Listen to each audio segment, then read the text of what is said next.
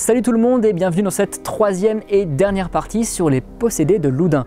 Alors pour ceux qui arrivent ici un petit peu par hasard, je vous conseille d'aller regarder les deux précédents épisodes qui sont dans les fiches et en description, puisqu'on ne va pas récapituler toute l'affaire, on va reprendre là où on s'était arrêté la dernière fois. Pour rappel, dans le dernier épisode, on s'est arrêté à la mort d'Urbain Grandier. Une mort qui n'empêche pas les possessions de se poursuivre pendant plusieurs années. Revenons donc à la fin de l'année 1634 et faisons un petit bilan de la situation.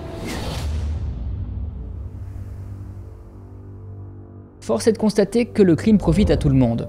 Chaque protagoniste, que ce soit voulu ou non, en tire parti. Je vous propose donc de les passer en revue. Commençons par Laubardemont. Il obtient rapidement la charge d'intendant pour les provinces du Maine, d'Anjou et du Loup-du-Nez. Entre-temps, vers la fin de 1633, les fortifications de Loudun ont été détruites conformément aux ordres de Richelieu.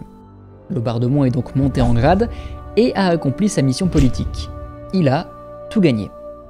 Passons maintenant aux Ursulines qui, comme vous allez le constater, ne sont pas en reste. En effet, dès 1635, Richelieu ordonne aux protestants de quitter leur collège afin que les Ursulines puissent s'y installer et vivre plus confortablement. En outre, à compter de cette date, il leur verse 2000 livres par an pour compenser les difficultés liées aux possessions. Relevons au passage que c'est Jeanne des Anges elle-même qui a suggéré ce montant.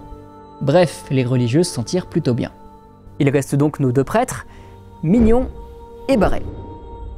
Le premier récupère la maison et la prébende laissée par Urbain Grandier au chapitre de Loudun. Souvenez-vous, il s'agissait de possessions qu'il convoitait depuis longtemps et qui étaient peut-être à l'origine de sa rivalité avec Grandier. Pierre Barret, quant à lui, profite du moment pour relancer sa propre affaire de possession à Chinon, celle où il avait accusé un prêtre et échoué à convaincre les évêques. D'ailleurs, il n'est pas le seul à vouloir profiter du retentissement de l'affaire, puisqu'en voyant les retombées financières, la supérieure des Ursulines de Saumur, à une 60aine de kilomètres de là, se dit à son tour possédée. Mais Laubardemont ne veut pas être tourné en ridicule, alors il ordonne à Barret d'arrêter les exorcismes, et il fait fouetter la supérieure de Saumur, un remède qui s'avère plutôt efficace puisqu'elle cesse aussitôt de se dire possédée. Tu m'étonnes. Bref, les Ursulines se sont enrichies, et tout le monde y a trouvé son compte. Mais au-delà de ça, il se produit entre la mort de Grandier et 1638 un phénomène très important pour nous, la publication de nombreux imprimés.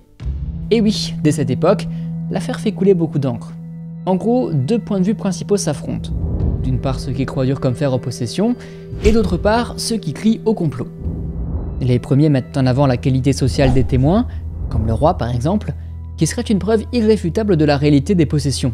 Ils estiment en effet ridicule de penser que le roi en personne se soit laissé tromper et que les religieuses de sang noble, donc fiables, se soient prêtées à une telle comédie. Ils vont même jusqu'à récuser toutes les accusations de maladie ou de folie. Quant à ceux qui crient au complot, eh bien, au début, ils peinent à se faire entendre. En 1636, le pasteur Robin rassemble cette version des faits dans son Histoire des diables de Loudun. Je résume. Mignon se serait mis d'accord avec Jeanne des Anges et Claire de Sazilly, leur demandant de simuler les possessions pour purger l'église d'un prêtre débauché. Autrement dit, se débarrasser d'Urbain Grandier. Pourquoi ? Eh bien, il y avait une grosse fortune à la clé pour les Ursulines, grâce au buzz qui ne manquerait pas de générer un grand nombre d'aumônes. Cette hypothèse de complot est intéressante, mais impossible à prouver de manière formelle. En effet, il est possible, comme je l'ai déjà souligné, que Jeanne des Anges ait été manipulée par Mignon, qui souhaitait depuis longtemps se débarrasser de son rival Grandier. Entre Mignon, Jeanne des Anges, Laubardemont et Richelieu, les motivations liées à cette affaire sont multiples, et malheureusement, on ne peut pas tout prouver. Bref, tout ça pour dire que dès cette époque, il y a les sceptiques, et c'est en 1637 que leur point de vue va commencer à sérieusement inquiéter nos protagonistes. Mais n'allons pas trop vite en besogne. Restons pour le moment en 1634, après la mort d'Urbain Grandier. Les Ursulines ont droit à de nouveaux exorcistes, des jésuites prédicateurs. Les séances suivent alors un rituel bien rodé. Les démons résideraient dans des points précis du corps de chaque possédé. Il s'agit donc de trouver ces points et de faire sortir les diables à coups de prière. Chaque sortie de démon est considérée comme un miracle, et ce qu'il y a de très intéressant, c'est que le démon est censé laisser un stigmate pour prouver son départ. Ce stigmate, c'est une blessure ou un signe particulier qu'aucun instrument connu ne permettrait d'infliger. Bref, une marque surnaturelle. Jeanne des Anges présente aux médecins plusieurs de ces stigmates, mais à chaque fois, les hommes de science révèlent la supercherie, attestant qu'il s'agit d'automutilation flagrante. Laubardemont commence à être gêné par ces contestations et il impose aux médecins de signer des procès-verbaux rédigés à l'avance. Cela en ajoutant une amende de 10 000 livres pour tout soupçon exprimé de manière explicite. C'est un chirurgien, en 1636, qui témoignera de ces pressions. Malgré ces mesures répressives, l'année 1637 va forcer Laubardemont à faire profil bas. En effet, l'abbé d'Aubignac commence à enquêter sur l'affaire. En septembre, il expose les résultats de son investigation. Il remarque que Jeanne des Anges ne s'agite qu'en présence d'hôtes de marque, que ses stigmates sont faux et que les possédés ne savent parler aucune langue rare. Bref, c'est une supercherie. Cette fois, les accusations sont prises au sérieux et on commence à en parler à la cour. Il est évident que l'affaire ne peut plus continuer. Alors, le 15 octobre, le père Surin, exorciste officiel de Jeanne des Anges, expulse de son corps le dernier démon.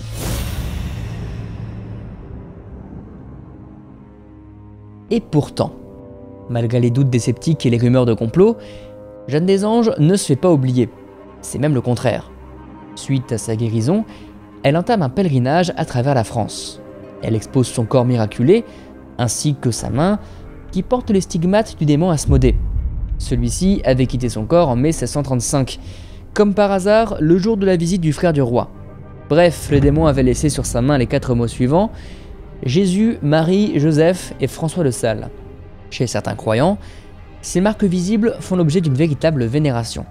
Pendant 5 ans, Jeanne des Anges va donc traverser la France et être reçue par des personnages très importants. Elle fait escale à Tours, Blois, Orléans, Paris, Nevers, Moulins, Lyon, Annecy, reçue par les évêques et archevêques de chaque lieu. Elle a même droit à une audience avec le roi et Anne d'Autriche, qui est enceinte. Cette dernière lui demande même d'être présente à la naissance de son bébé. Et c'est ainsi que Jeanne des Anges assistera à la naissance de Louis XIV.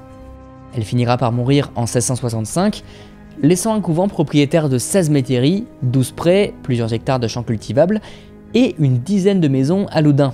Un couvent désormais bien loin de la pauvreté de ses débuts. Ses sœurs conserveront sa tête dans un reliquaire et l'exposeront à la vénération des fidèles. Et ça y est, après 3 vidéos, on a enfin fini de raconter toute l'affaire. Et je pense que vous comprenez pourquoi j'ai choisi d'en parler aussi longtemps. Il y a beaucoup de protagonistes, beaucoup d'intérêts qui se croisent, et il est difficile de dire qui est coupable de quoi. Alors, un petit bilan s'impose. Au tout début de la partie 1, je vous disais que cette affaire était passée entre les mains de nombreux chercheurs, et que leurs interprétations avaient changé au fil des époques. Alors, avant de vous livrer mon propre point de vue sur l'affaire, je pense que ça vaut le coup de regarder ceux de nos prédécesseurs. Au XVIIIe siècle, la plupart des auteurs cherchent à nous convaincre que Grandier est coupable, un véritable prêtre sorcier. Un ouvrage cependant prend sa défense, c'est l'Histoire d'Urbain Grandier de Gaillot de Pithival, publié en 1735. Y est exposée la théorie selon laquelle Mignon a fomenté un complot contre Grandier, un complot rendu possible par l'intervention de Laubardemont, et basé sur la comédie jouée par les Ursulines. Au XIXe siècle, c'est justement cette vision qui s'impose. L'affaire est un complot. D'ailleurs, les médecins s'en emparent et pensent l'avoir résolu avec les hypothèses d'hystérie collective. Et pour mieux comprendre ce phénomène, je vous renvoie à mon épisode sur l'épidémie de danse à Strasbourg. Au XXe siècle, enfin, l'affaire connaît un regain d'intérêt. Sauf que les auteurs sont moins catégoriques, et pour citer l'historien Gwenel Murphy, peu osent abonder clairement dans le sens d'une conspiration. Aujourd'hui, comme le souligne cet historien, l'interprétation la plus vraisemblable demeure celle d'un complot, même si la part de responsabilité de chacun reste floue.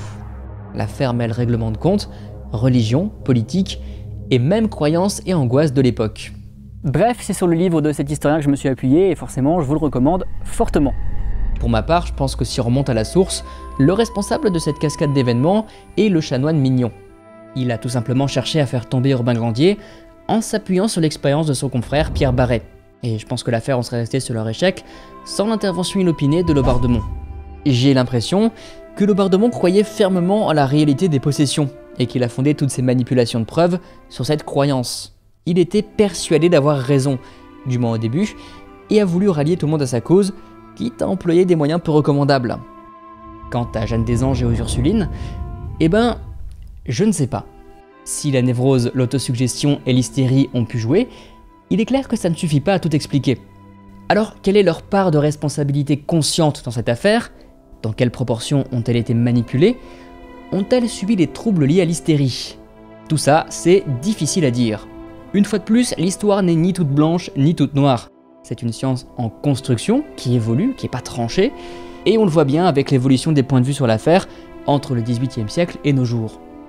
Bref, pour conclure, je vous conseille une fois de plus d'aller voir vous-même les sources historiques, afin de vous forger votre propre vision des choses de manière objective, rationnelle et raisonnée. Et bien sûr, vous trouverez quelques références en description. Bref, on va s'arrêter là. J'espère que cette série sur Loudun vous aura plu, ça m'a demandé pas mal de travail, donc si vous avez apprécié le montage, les recherches, n'hésitez pas à mettre un petit pouce bleu en soutien ou un commentaire, c'est ce qui permet de soutenir la chaîne, de gonfler un petit peu l'algorithme, donc voilà. Vous savez quoi faire si vous voulez soutenir la chaîne. D'ici là, d'ici le prochain épisode, je vous fais des poutous comme d'habitude. Je suis un peu fatigué, ça se ressent. Je viens de tourner dans le froid pendant assez longtemps. Je vais rentrer chez moi, me faire un bon petit café et ma foi, je vous dis à très vite pour un nouvel épisode. Je sais même plus parler. Bref, à la prochaine. Ciao!